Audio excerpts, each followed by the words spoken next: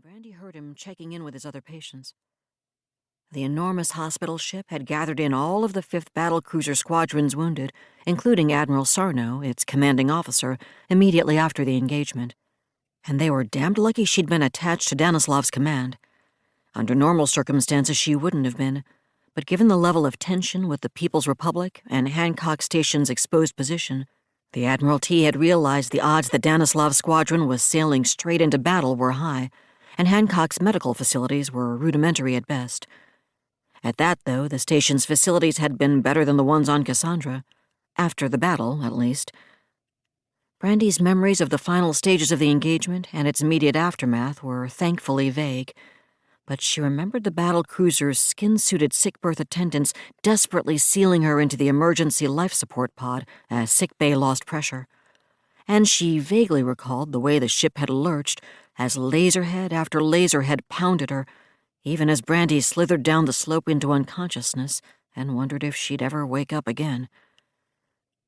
It was hard to believe that had happened barely 10 days ago, but Pasteur had headed back to the Manticore binary system within 46 hours of the battle. Some of the damaged warships had left even before that.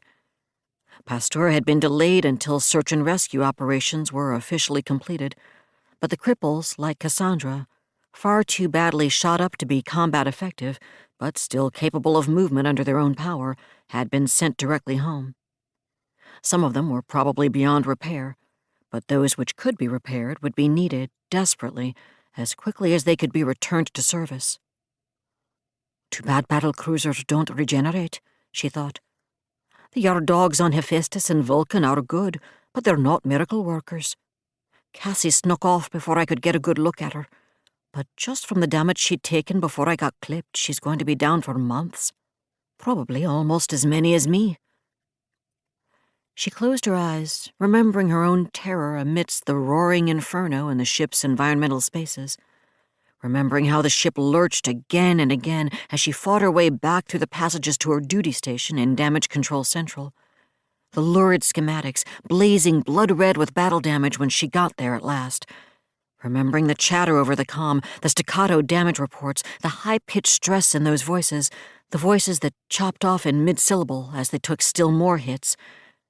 And then, the moment the blackness fell, and everything just stopped. They try to get us ready for it. They really do. That's what the last view is all about.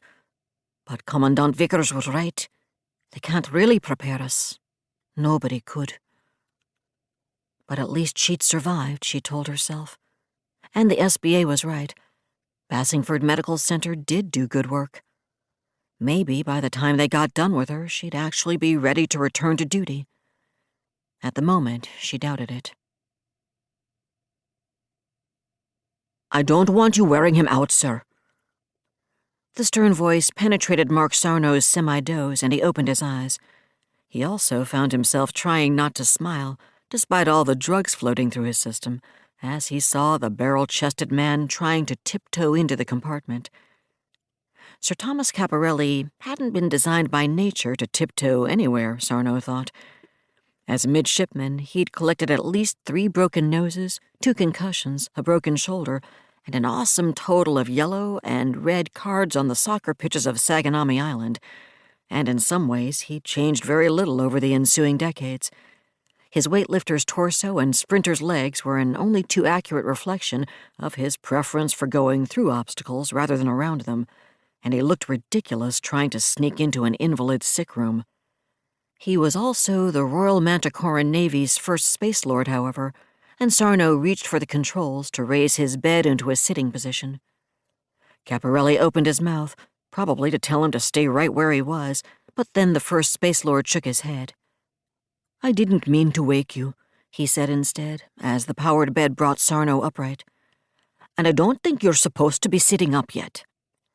Probably not, sir, Sarno agreed, but he made no effort to lie back flat again, and Caporelli snorted. Sarno's tenor was weaker and hoarser than it ought to have been, the first Space Lord reflected. But for a man who'd lost both legs below the knee, broken all but one of his ribs, and had somewhere around a quarter kilo of splinters from his command chair's armored shell removed from his back, the Admiral actually sounded far better.